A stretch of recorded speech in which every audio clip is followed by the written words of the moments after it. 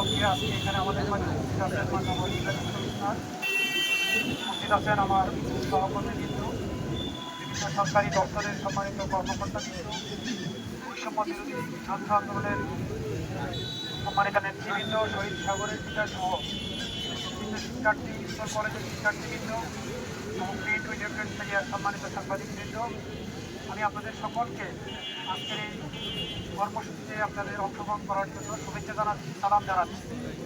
আজকে আমাদের এই চত্বরকে জুলাই চত্বর হিসেবে ঘোষণা করা হয়েছে। আপনারা জানেন, আমরা সেই সময় ছিলাম না।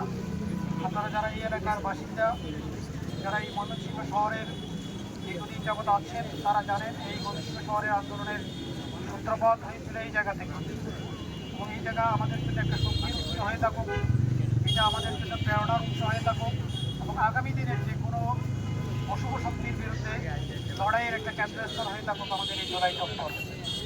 বর্তমান অন্তর্বর্তীকালীন সরকার এই জুলাই এবং আগস্ট মাসে নানাবিধ কর্মসূচি গ্রহণ করেছেন সেন্ট্রালভাবে, এবং আমরা সেই সেন্ট্রালের কর্মসূচির ধারাবাহিকতায় প্রত্যেকটি জেলায় জেলা প্রশাসকগণ এবং উপজেলা নির্বাহী অফিসারগণ নানাবিধ কর্মসূচি গ্রহণ করেছেন। আমাদের সেই মাসব্যাপী কর্মসূচির অংশ হিসাবে আজকে আমরা এখানে এসেছি এবং আমরা আজকে এই জুলাই চত্বর ঘোষণা করছি। আমাদের পুরো মাসে আরও অনেকগুলো কর্মসূচি রয়েছে। আপনারা আমাদের সকল কর্মসূচির সাথে সম্পৃক্ত থাকবেন। আমাদের কর্মসূচিতে আপনাদেরকে সাদর আমন্ত্রণ জানাচ্ছি।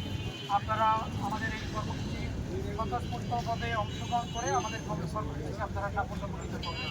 পরিশেষে আপনাদের প্রতি আবারও অনুরোধ থাকবে, আমরা আমাদের দেশকে আর পরাজিত হতে চাই না।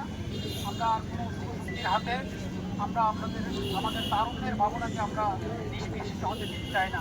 আমরা একটা সুন্দর বাংলাদেশ চাই, আমরা একটা গঠনমুক্ত বাংলাদেশ চাই, একটা দুর্নীতিমুক্ত বাংলাদেশ চাই, একটা সন্ত্রাসমুক্ত বাংলাদেশ চাই, আমরা একটা বৈষম্যহীন বাংলাদেশ চাই।